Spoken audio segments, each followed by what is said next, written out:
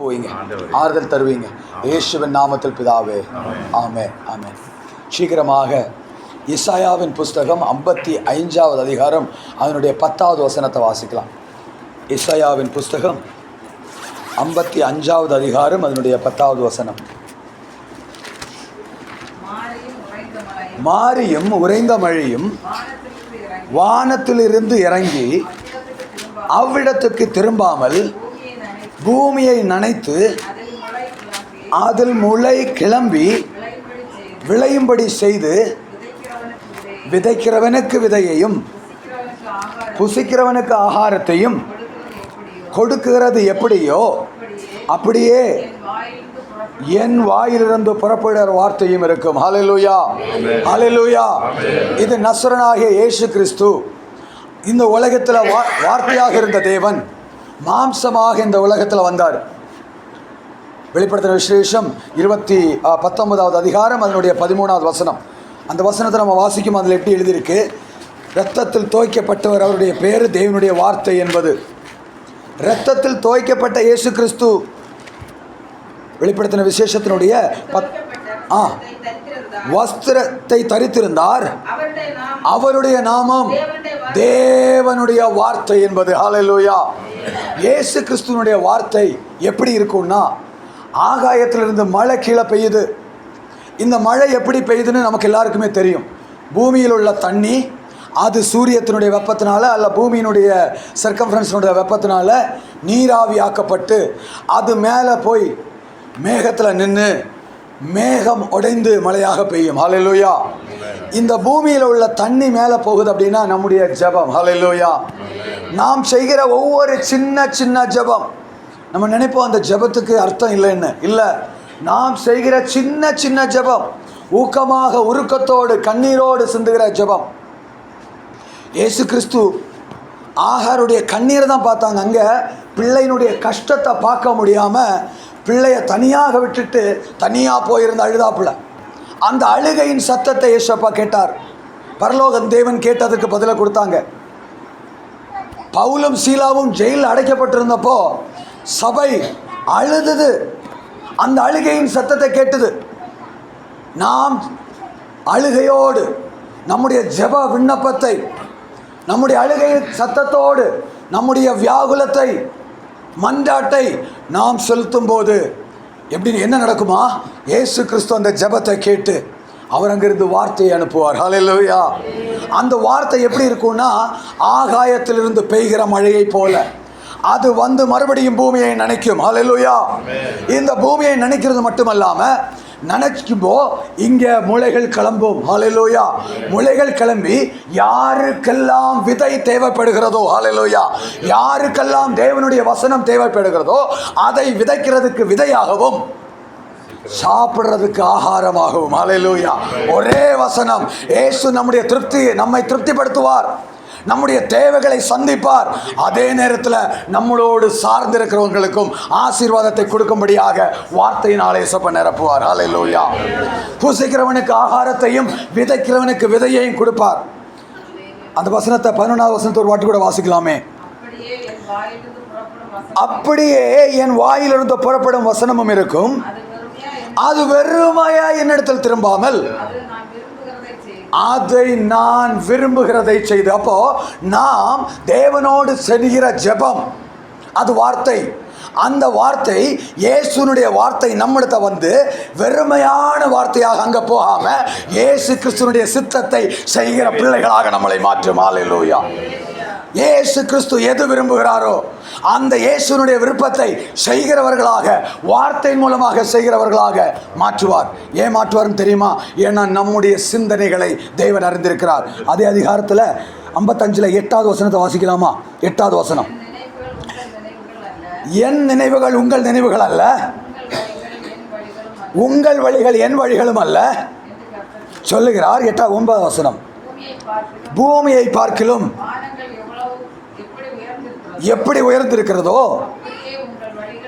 அப்படியே உங்கள் வழிகளை பார்க்கிலும் என் வழிகளும், உங்கள் நினைவுகளை பார்க்கிலும் என் நினைவுகளும் அப்படின்னு சொல்றாரு. அப்போ நம்முடைய நினைவுகள் அல்ல இயேசுவோட நினைவுகள். நம்ம இவ்வளோ நினைச்சோன்னா நமக்காக ஏசப்பா இவ்வளவு நினைப்பார். ஏன்னா அவர் நம்முடைய அப்பா. எரேமியாவின் புஸ்தகம் அதனுடைய 29வது அதிகாரம் அதனுடைய 11வது வசனம் 10-11 வாசிச்சோன்னா ஏசு நம்ம மேலே வச்சிருக்கிற நினைவுகள். எரேமியாவின் புஸ்தகம், எரேமியா தீர்க்கதரிசியின் புஸ்தகம் அதனுடைய 29:11 நீங்கள் எதிர்பார்த்திருக்கும் முடிவை உங்களுக்கு கொடுக்கும்படி நான் உங்கள் பேரில் நினைத்திருக்கிற நினைவுகளை அறிவேன். இதுதான் ஏசப்பாவுடைய நினைவு. நாம் அவர்கிட்ட வச்சிருக்கிற நினைவு என்ன அப்படின்றது அவருக்கு தெரியும். அந்த நினைவுகளை அவர் நம்முடைய எதிர்பார்ப்புபடி தருவாராம். ஹல்லேலூயா. நான் உங்கள் பேர் வைத்திருக்கிற நினைவுகளை அறிவேன் என்று கர்த்தர் சொல்கிறார். அவைகள் தீமைக்கு அல்ல, சமாதானத்துக்கு ஏதுவான நினைவுகளை. ஹல்லேலூயா. இதுதான் தேவனுடைய நினைவுகள். நமக்கு எந்த ஒரு தீமையும் ஏசப்பாவால் தர முடியாது. ஏன்னா அவர் நம்முடைய அப்பா. ஒரு அப்பா எந்த காரணத்தினாலையும் தன்னுடைய பிள்ளைகளுக்கு திண்மை செய்ய முடியாது, செய்ய மாட்டார். ஹல்லேலூயா. அப்போ இந்த திண்மைகள் நம்முடைய வாழ்க்கையில் வந்து விடாதபடி ஏசப்பா கூடவே இருப்பார். அந்த வசனத்தை அப்படியே கண்ணு பண்ணலாமே. அப்பொழுது நீங்கள் கூடி வந்து என்னை தொழுது கொண்டு என்னை நோக்கி விண்ணப்பம் பண்ணி நான் உங்களுக்கு செவி கொடுப்பேன். இதுதான் ஏசப்பாவோட வாக்குத்தத்தம். ஹல்லேலூயா. நம்ம ஒரு மனசோட கூடணும். இங்க சின்ன கூடுகையாக இருக்கலாம், ஆனா ஏசப்பா சொல்றாரு நிச்சயமாக நான் செவி கொடுப்பேன். ஹல்லேலூயா. இது ஒரு வார்த்தையை மாற்றி சொல்லுகிற ஒரு மனுஷனுடைய வார்த்தை அல்ல. இன்னைக்கு சொல்லி நாளைக்கு மறந்து போகிற ஒரு மனுஷனுடைய வார்த்தையே அல்ல இது. அவர் நம்முடைய வார்த்தைக்கு செவி கொடுப்பார். அது அப்படியே கண்ணு பண்ணலாமே. உங்கள் முழு இருதயத்தோடும் என்னை தேடுவீர்களானால் என்னை தேடுகையில் கண்டு கொள்வீர்கள். ஹல்லேலூயா. நம்முடைய முழு இருதயம், ஏசப்பாட்ட முழு இருதயம். ஏசப்பா சொன்னாரு கடுகளவு விசுவாசம். கடுகளவு விசுவாசம்னா சின்னதாக இருந்தாலும் அது முழுமையாக இருக்கணும். முழுமையான விசுவாசம். கடுகளவு சின்னதாகவே இருக்கட்டும். அந்த கடுகளவு விசுவாசத்தில் முழுமையான விசுவாசம். முழுமையான விசுவாசம் எப்படி இருக்கணும்னா, நாம் நம்முடைய வார்த்தைகளை தேவனிடத்தில் சொல்லும்போது அந்த வார்த்தைகள் தேவன் அறிந்திருக்கிறார். நம்முடைய நினைவுகள் நம்ம எவ்வளோ கேட்குறோமோ அதற்கு மேலாக நன்மையாக தருகிற தேவன் அவர். அவர் வார்த்தை அனுப்புவார். அவர் வார்த்தை அனுப்பினார்னா அந்த வார்த்தை நமக்கு தேவையான எல்லா காரியங்களையும் செய்யும். ஹல்லேலூயா. ஹல்லேலூயா. ஹல்லேலூயா. 13வது வசனம் வாசிக்கலாமா? உங்கள் முழு இருதயத்தோடும் என்னை தேடுவீர்களானால் என்னை தேடுகையில் கண்டு கொள்வீர்கள். ஹல்லேலூயா. 14 நான் உங்களுக்கு காணப்படுவேன் என்று கர்த்தர் சொல்கிறார். நான் உங்கள் சிறையிருப்பை திருப்பி. இதுதான் முக்கியமான பங்கு. நாம் எந்தெந்த விஷயத்திற்காக ஜெபித்தோமோ அது இந்த காலகட்டத்தில் இருக்கக்கூடிய சிறையிருப்பு. தேவனாகிய கர்த்தர் நம்முடைய இயேசு கிறிஸ்து நம்முடைய அப்பா இந்த நாளில் நமக்கு வாக்குத்தத்தம் கொடுக்கிறாரு. நான் உன் சிறையிருப்பை திருப்பி. ஹல்லேலூயா. நான் உன் சிறையிருப்பை திருப்பி நான் உங்களை துரத்திவிட்ட எல்லா ஜாதிகளிலும் எல்லா இடங்களிலும் இருந்து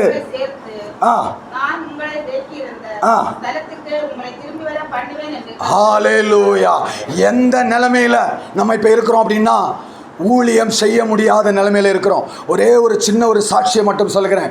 எனக்கு ரொம்ப வேண்டப்பட்ட ஒரு சகோதரன், கேரளா ஆலப்புழாயை சேர்ந்த ஒரு பாஸ்டருடைய மகன், சின்ன வயசு, கல்யாணமாய் 1 வருஷம் ஆன அந்த டைமில் ஏசப்பா சொன்னார், நீ இந்தியா ஃபுல்லாக நடந்து வா அப்படின்னு சொன்னார்.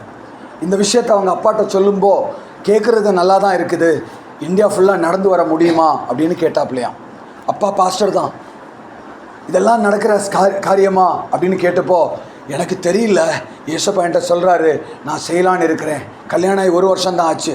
ஒய்ஃபிட்ட கேட்டாப்புல, நான் இந்த இந்தியா ஃபுல்லாக நடந்து வரணுன்னா எத்தனை நாள் ஆகும்னு எனக்கு தெரியாது, ஆனால் ஏசப்பா என்கிட்ட போக சொல்கிறாரு, நான் என்ன செய்யணும் அப்படின்னு கேட்டாங்களாம். ஒய்ஃப் சொன்னாங்களாம், ஏசப்பா இல்லை சொல்கிறாரு, கண்டிப்பாக போய் ஆகணும்.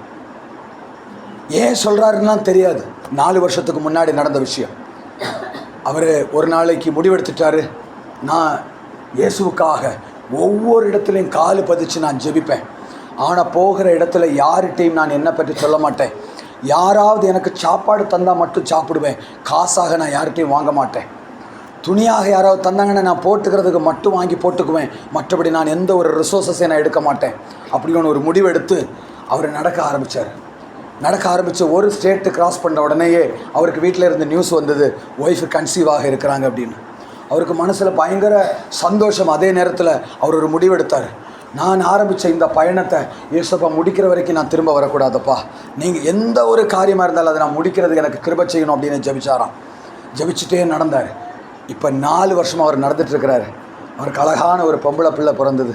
அந்த பிள்ளையை பார்க்க வரல. 4 வருஷம் ஆச்சு. இப்போ அவர் உத்தராகண்டில் இருக்கிறார். 4 வருஷமாச்சு. அவங்க வீட்டில் உள்ளவங்க எல்லாரும் சந்தோஷப்படுறாங்க. இந்த 4 வருஷம் அவர் போன ஒவ்வொரு இடத்துலையும் அங்கே உள்ள தண்ணி தான் குடித்தார். ஆனால் அவருக்கு ஒரு நோய் கூட இது வரைக்கும் வரலையா. அல்லேலூயா. ஒரு நோய் இது வரைக்கும் வரல. அவர் ஃபோனு கையில் வைக்கல. போகிற இடத்துல அன்னன்னைக்கு எங்கே போவாரோ அந்த இடத்துல அவங்கள்ட்ட ஃபோனை வாங்கி வீட்டுக்கு மட்டும் ஒரு கால் பண்ணுவார்.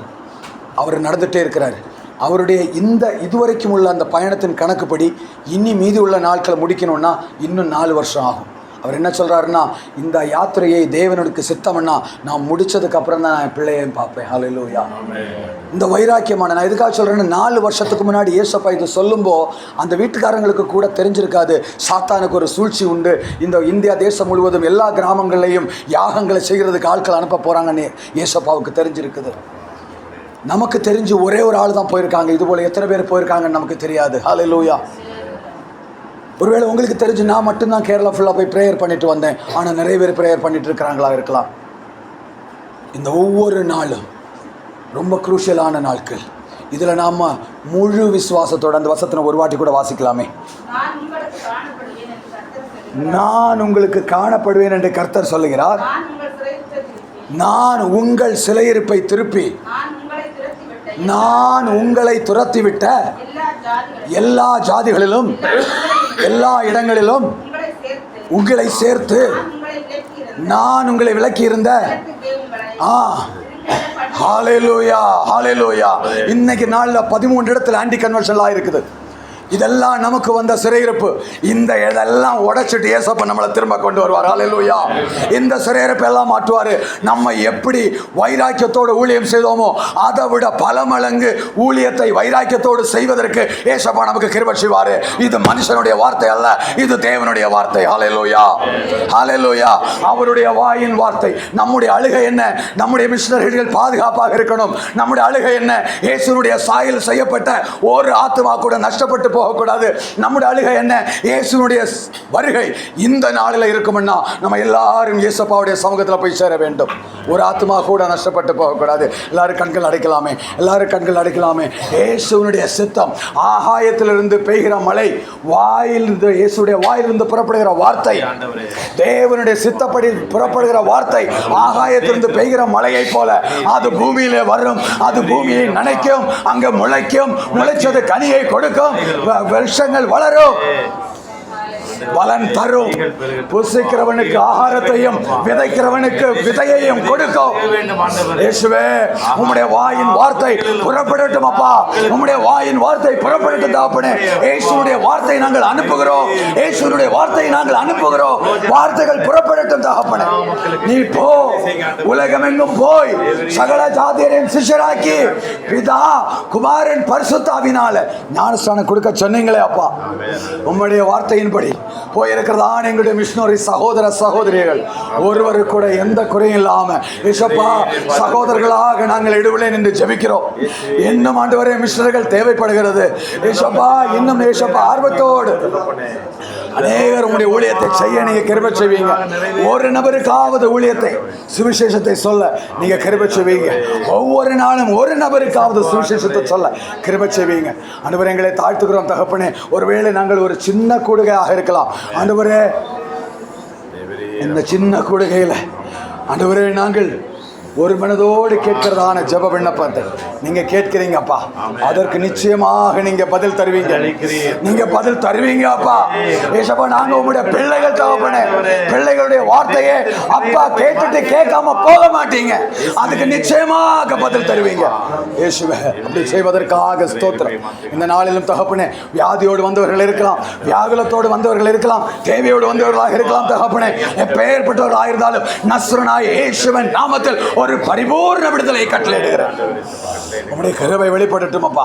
உம்முடைய கிருபை வெளிப்படட்டும். எங்களை தாழ்த்துகிறோம், ஒப்படைக்கிறோம். எல்லா துதியும், எல்லா கனமும், எல்லா மகிமையும் இயேசுவே உமக்கே. இயேசுவின் நாமத்தில் அப்பா, இயேசுவின் நாமத்தில் அப்பா, இயேசுவின் நாமத்தில் தகப்பனே. ஆண்டவரே, பெயர் பேராக வந்திருக்கிற ஒவ்வொருவரையும் பெயர் பேராக ஆண்டவரே, ஒருவேளை எங்களுக்கு பெயர் தெரியாது, எல்லாருடைய பெயரை பேசப்பா நீங்க அறிஞ்சிருக்கிறீங்க தகப்பனே. என்னை நோக்கி கூப்பிடு. உம்முடைய வேதம் சொல்லுகிறது, என்னை நோக்கி கூப்பிடு, நான் உனக்கு மறு உத்தரவு, உனக்கு எட்டாதும் உனக்கு தெரியாதுமான பெரிய காரியங்களை சொல்லுவேன்.